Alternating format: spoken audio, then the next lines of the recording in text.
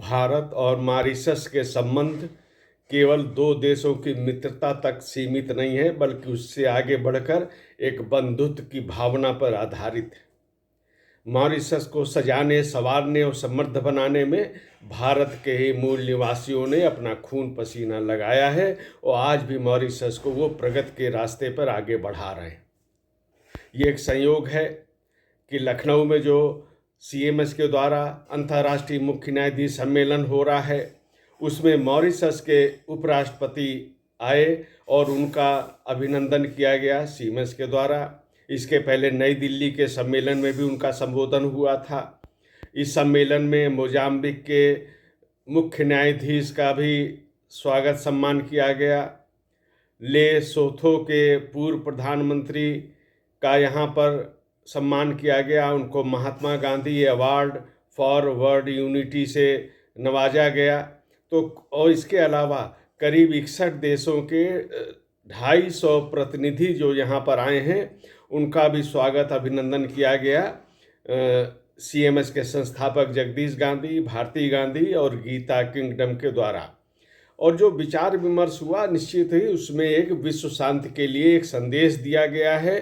जो भारत का अनुच्छेद 51 अपने संविधान का है, उसमें जो विश्व शांति का, विश्व सौहार्द का और परस्पर सहयोग बढ़ाने का इस प्रकार का एक मार्गदर्शन किया गया है, उस पर विचार विमर्श किया गया और ये माना गया कि ये जो विश्व में शांति लानी है, तो उसमें अनुच्छेद 51 भारतीय संविधान का ये बहुत महत्वपूर्ण साबित हो सकता है।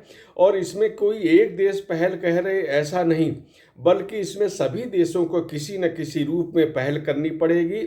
और ख़ास तौर पे संयुक्त राष्ट्र संघ को भी इसमें देखना होगा कि उसकी भूमिका कितनी सार्थक है या निरर्थक होती जा रही है। यह भी एक विचार का बिंदु है जिस पे अंतर्राष्ट्रीय मुख्य न्यायाधीश सम्मेलन में विचार चल रहा है और इसमें भी बड़े सुधार की गुंजाइश है।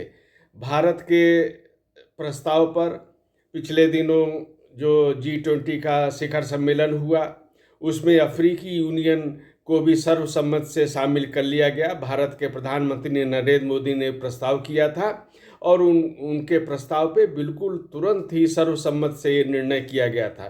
तो भारत की जो नीति है वो सबको साथ लेकर चलने की है, विश्व में शांति स्थापित करने की है, आतंकवाद का विरोध करने की है और वार्ताओं के द्वारा समस्या के समाधान का जो एक नीति है, वही अनुच्छेद 51 की भावना है। और वर्तमान सरकार इसी संविधान की भावना के अनुरूप कार्य कर रही है और इस पे विश्व के पूरे समुदाय को विचार करना होगा। सीएमएस के द्वारा इस तरह का प्रयास जो किया जा रहा है, निश्चित ही कहीं न कहीं किसी न किसी स्तर पर ये एक आवाज़ बुलंद हो रही है।